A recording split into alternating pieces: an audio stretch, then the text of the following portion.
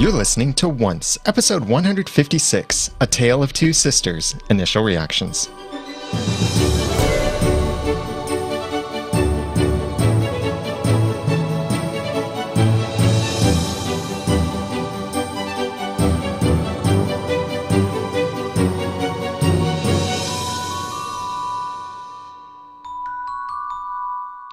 Welcome back to another episode of Once, the unofficial podcast for ABC's TV show Once Upon a Time. It is good to be back. I'm Daniel J. Lewis. I'm Jeremy Laughlin. And we are so happy to have you listening again. If you haven't checked out some of the summer specials that we have, check those out at the website oncepodcast.com. And before you go any further in season 4 of Once Upon a Time, watch Frozen. You'll be glad you did. Yeah, a little bit. oncepodcast.com/Frozen, and you can get then the DVD or Blu-ray that you can watch and enjoy. And then you get all of these jokes that are going on, all of these special lines that people will be saying.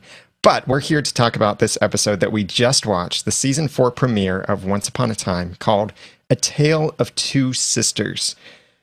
I was pleasantly surprised with this episode. I agree. I felt like, I don't know about you, but I felt like this whole thing of Frozen, you've heard, if you've been listening to One's podcast for a while, you've heard me be a bit skeptical of this at times, thinking, yeah, this sounds like fun. At other times thinking, I don't know. But I think that this was a good episode. It didn't seem too corny. I mean, there was some of the stuff that we might get into, but generally, I like the direction they're going with this. Some directions I did not anticipate. What do you think, Jeremy? Yeah, I'm pleased with the casting. A lot of the way scenes were done, I didn't think they felt rushed or forced or shortened. It does definitely help if you've seen Frozen, I think, because you get the significance of certain things. I'm excited to see. It feels like the movie picking up again. The story picking up again, and not in a straight to DVD sort of Frozen 2 kind of way. Yeah. Yeah, and it does pick up right where the movie left off. Mm-hmm. With even a little extra information, as Once Upon a Time is so good at doing. Which it's nice to see that. I don't know if we're always going to continue seeing Arendelle from after the movie Frozen, but at least this episode takes place afterward because Anna is getting married. Elsa has already gone and been back, and all of that's happened. Mm-hmm. I think that we might get to see some flashbacks to actual events. Maybe, I don't know. But in this episode, getting to see Arendelle and getting to see Elsa's mother and father and see that they were on their way to the Enchanted Forest. What do you think? To see Rumpelstiltskin? I don't know if there's going to be... I mean, I guess they've probably heard something specific, but I'm sure they were looking for someone that they thought could end Elsa's curse. Right. Because they were treating it as it's a danger and as this is something that needs to be healed from, or a condition that she needs to be healed from.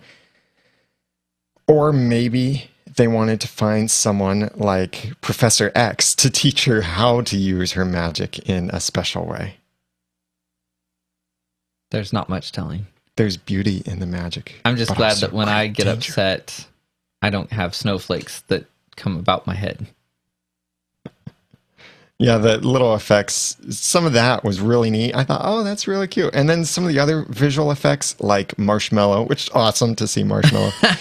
And the troll, the rock troll. I thought, okay, it's television visual effects. Yeah, most of it felt really well done. I wasn't really sure how I felt about him entirely. He was maybe a little too animated. Right. Yeah, within this context. And the lighting wasn't quite right. I mean, yeah, lots of technical things about it, but television visual effects. What can they do on a television show budget and with the amount of time that they have? I still think it was really neat to see the rock trolls there. Yeah, I liked the setting. I mean, really, location-wise, they did a very good job. I assume that was still their sort of Vancouverish area, but I didn't see any obvious, oh, hey, that part was just green screen. Right. Well, okay, maybe Arendelle, but... Yeah. Some of the cities like that, I think we'll be used to seeing like that. Back in Storybrooke, we also pick up right where season 3 left off. Literally right after. Right. When Regina walks out of Granny's diner.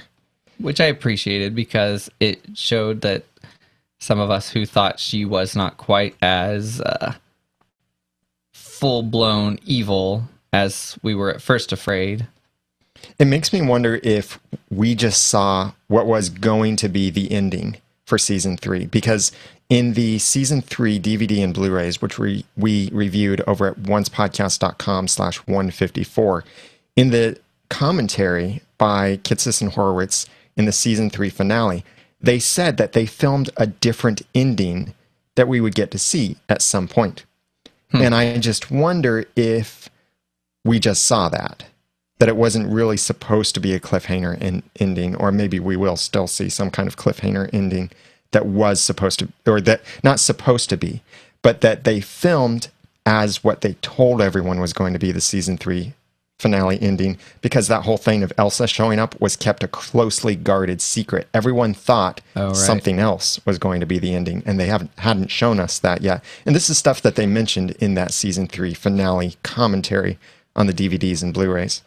I think it'll probably be something a little bigger than what we saw tonight. Yeah. We did see some big things. Snowman, or the evil snowman. You want to build an evil snowman? I don't think that thing likes warm hugs. No. He was pretty big. And I had to wonder, okay, if he's got ice protruding from his body like that, and he hits Emma, isn't that going to kill her, impale her with ice? Yeah. Look, I've been impaled.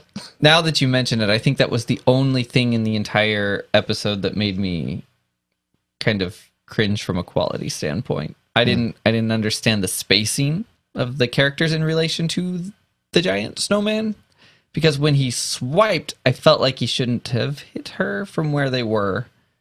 And yeah, it was kind of like that probably should have been maybe fatal. I do feel like the whole live action view of the Frozen characters is a little bit awkward to me. I think they nailed the casting with this. Anna looks and sounds and acts perfect for this. By the way, one of our other forum moderators, Matthew Paul, got to view this episode ahead of time, and he blogged about it on our website, oncepodcast.com. I thought about doing it, but then I thought, no, I want to wait for watching it when everyone else does. So I gave Matthew access to watch our show, the pre-screening version, and he blogged about it. And I remember him also thinking that they just nailed the cast on this. Totally picked the right people. I think we'll see that play out more and more in the coming days, or the coming weeks of Once Upon a Time, as we'll see how these characters develop and maybe even take their own approach to each of these fairy tale characters. Because think about it, each of these characters that Once Upon a Time brings us have certain preconceptions to us because we've seen the Disney versions or we've read the storybooks or something like that. It's commonly, for most of us, we've seen the Disney versions, so we're thinking Ariel should have red hair. She should look this way. Or Belle should wear this particular dress, which she does. Dance in a particular ballroom. Yeah, with a particular song going on in the background. And oh, wait. I actually thought that was great. Yeah. There were a lot of great other Disney movie references in this. Good thing that giant house just was unclaimed and brought over by the curse. But they're only going to stay there for their honeymoon, because who would want to just live there? I mean, that's ridiculous. What do you think? Merlin's house? I don't know. I think that's who it is, because I've heard the name Merlin being tossed around. Well, there was that little case that Rumpel found, and then he did this little magic thing, and out comes what looks like Merlin's hat with the stars on it and everything. Yeah, see, people are saying that, and it didn't look like a hat to me, but now that you say it, it did. And the music in the background was The Sorcerer's Apprentice. Oh, which is commonly associated with Merlin. Sure. Okay. I mean, when you put it like that. Yeah.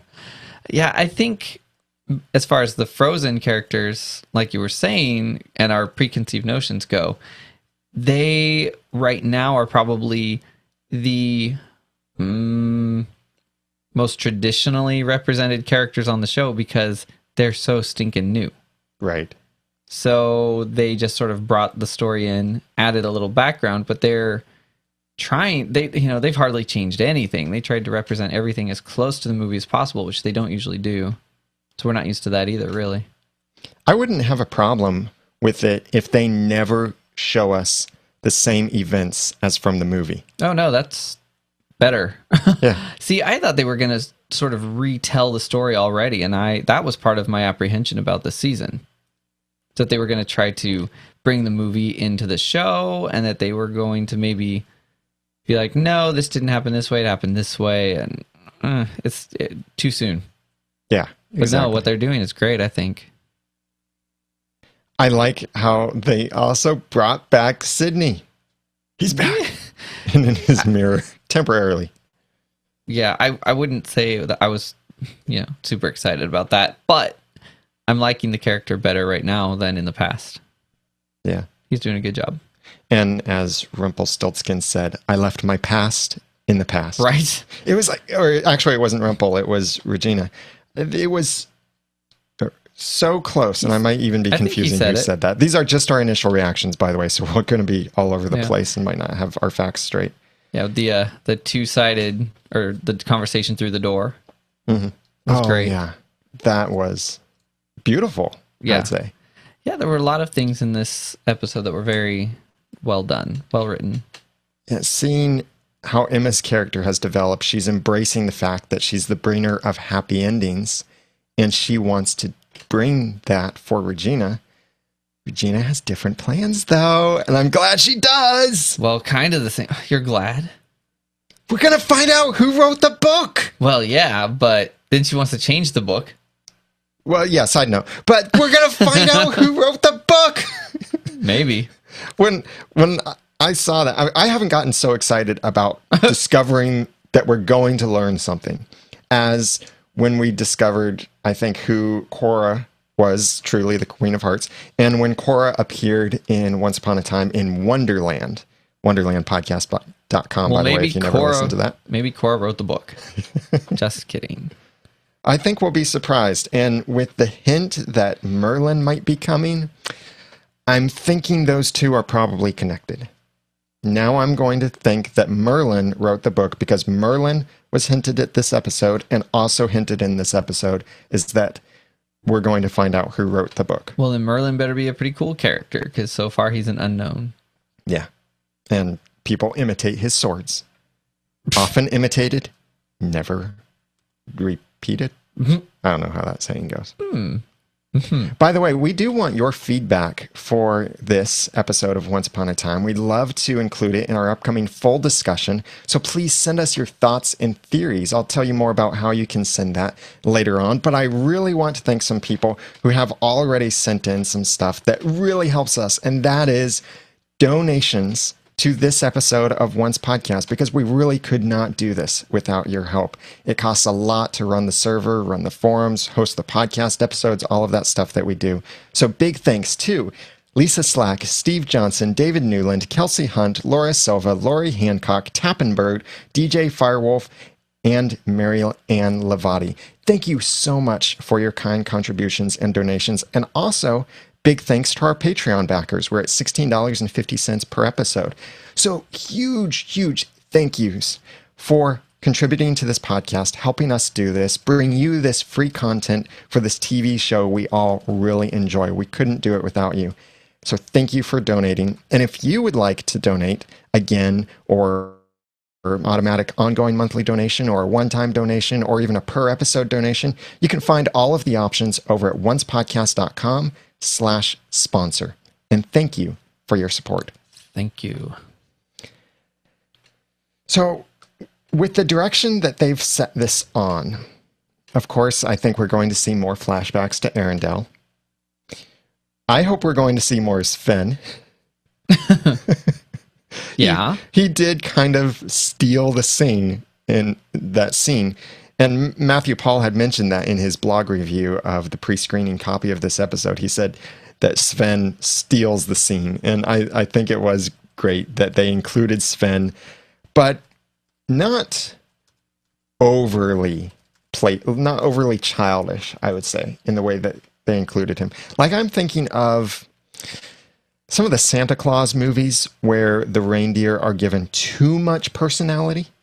Yes. Like in a live action movie like this, where it's not animated, you have to walk this fine line between animals and personalities. In animations, it's fine. It's really easy to give animals personalities. But in a movie with humans, where they're not regularly interacting with animals, it's a fine line. And I think that they're, at least so far, doing a pretty good job at that.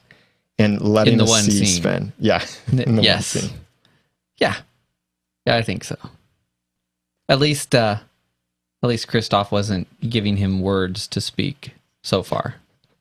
I wonder if we'll see Kristoff singing to him at some point. Whenever he and Anna have a disagreement after their wedding, Kristoff will go out to the barn and just sing to his reindeer. With his reindeer. Yes. Yeah. That's right. Reindeers are better than people. I loved seeing Leroy, again, being the town yeller. Not like yellow. He's the yeller. Maybe we should call him a town crier, it sounds. Yeah. The town announcer. He's the town yeller more than the town crier. I'm getting... someone needs to talk to that guy. Do you think someday we'll see a Leroy flashback wherein he fills the role of the main character in the story of the boy who cried wolf? Oh, that would be fun.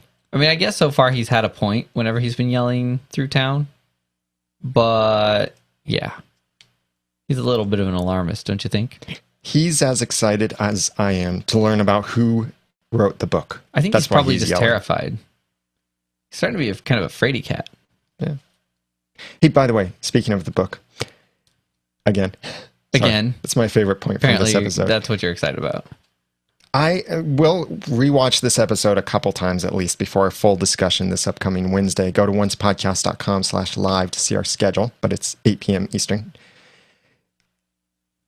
I thought I heard that they said the book has power.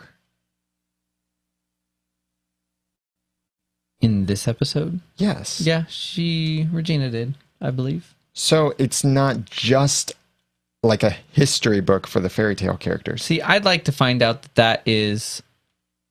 Like, I want to hear that she's wrong. She's probably not. But I've said before, I don't really enjoy it when a new magical plot point needs to come up and Regina just says it as fact. Yeah. And she got it from nowhere. Yeah. At least we're not going to have time travel again. Right. Like, no, Regina, that's a bad idea. You need to just put that one down. Here's what I thought she was going to do. I thought she was going to get Jefferson's hat. You know how she retrieved the poison apple? Yeah. And she was just going to stabby through a portal. She was just going to stick her hand through. This hand with this apple just pops out. Not the apple. Well, hey, she's returning it back to its historical place. Maybe. Here, Marion, have an apple. Sydney, find me the moment in Marion's life when she was the most hungry and she would eat anything. And even possibly sell her birthright for it. Spoiler for a different story, by the way. I do wonder, with this whole thing of Regina wanting to find her happy ending, and it seems like she's given up on the idea of killing Marion or removing Marion from the picture, and now she just realizes, oh, the big problem is I can't have a happy ending, so let's just change the rules so that I can have a happy ending.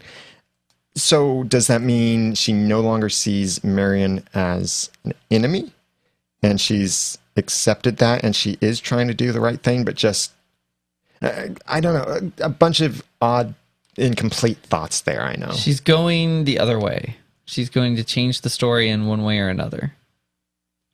Or I think she thinks she can still change history by changing the book. Or is it... Man, I'm not sure she's totally given up on the idea of affecting time. The funny thing is, if she had just sat at home and sulked, Marion would be dead again. Yeah, that's true. Well, not really, though, because Emma got batted with a giant snowman hand, and she was okay. Yeah. Not a scratch. So I think Marion probably could have gotten stomped, and she'd have been fine. Snowman marshmallow guy was about to step on her, and that's a bit different than only a little hitting someone. Just a little. Either way, nice of her to save Marion. And Emma is learning more with her magic. Yeah. She could definitely try out for, like, I don't know, softball team. They wouldn't need softballs. She could just pitch magic balls of light. You know how hard it would be for Hook to catch a ball with that hook? Or maybe he'll do the thing just like he has a glove. Well, I didn't say he'd make the team. I just said she could try out. Maybe he'll have a baseball glove attachment, just like from the movie Hook. Oh. Where he has separate attachments. Yeah. Because we do know Hook has the regular hook, and also he has one that's apparently just a gloved hand. Well, now he needs a flamethrower because there's a lot of ice and snow. How come Elsa was leaving that ice trail? I think that's her signature thing, and it makes me wonder, how long are they going to keep that up? As long as she's scared, I guess, or upset, or... Yeah, that was my impression, too. When she's afraid, that's when the magic When takes she's afraid, over. she ices? Right. Oh, you made me ice. Yeah. I was like, why is she hiding? The trail leads directly to where you're hiding. You need to at least jump and grab something. Climb, girl, climb. They can tell where you went. And we do want to know from you what you thought of this episode. What are some of your theories about where things are going? What are some of the observations you have from this episode? Little hidden Easter eggs or interpretations of scenes, that kind of stuff. Please send us your feedback that we can include in our upcoming full discussion of this episode. Just send an email to feedback@oncepodcast.com. Put in the subject line, Two Sisters, because this episode is named A Tale of Two Sisters. And send that to feedback@oncepodcast.com. Or you can call and leave a voicemail at 903-231-2221, or go to the website, oncepodcast.com, and send a voice message right through the website. If you don't remember any of that, just remember oncepodcast.com. That has all of the links there, as well as to be able to subscribe, rate, and review us in iTunes. And we do really appreciate that. You can also review us on Stitcher now, too, by going to oncepodcast.com/iTunes or oncepodcast.com/Stitcher. And big thanks to Ducksman for reviewing us in iTunes. We really appreciate that review. It encourages us, and it helps other people find the podcast, too. So go over there to oncepodcast.com/iTunes or /Stitcher and write a kind review for us, an honest review, and we'd be really grateful. Thank you very much. So we look forward to having our upcoming full discussion of this episode, when we will have your feedback. We'll have sound clips, we'll have screenshots, we'll have Erin joining us for our regular full discussion, and also Hunter and Jacquelyn sharing spoilers for upcoming episodes. It is exciting to be back and podcasting about Once Upon a Time again. I'm really looking forward to what the season has for us, and I hope that you're looking forward to it too. So send us your feedback and your thoughts and theories and everything you think could be happening and what might be coming. We'd also love to connect with you on Twitter @OncePodcast, and you can connect with each of us. I'm Daniel J. Lewis on Twitter @TheRamenNoodle. I'm Jeremy Laughlin on Twitter @Phlegon. That's PHLEGON. You can also comment on the show notes for this episode at oncepodcast.com/156 and connect with others in our forums. And until next time, mirror, mirror on the wall, show me who I want to kill most of all. And thanks for listening.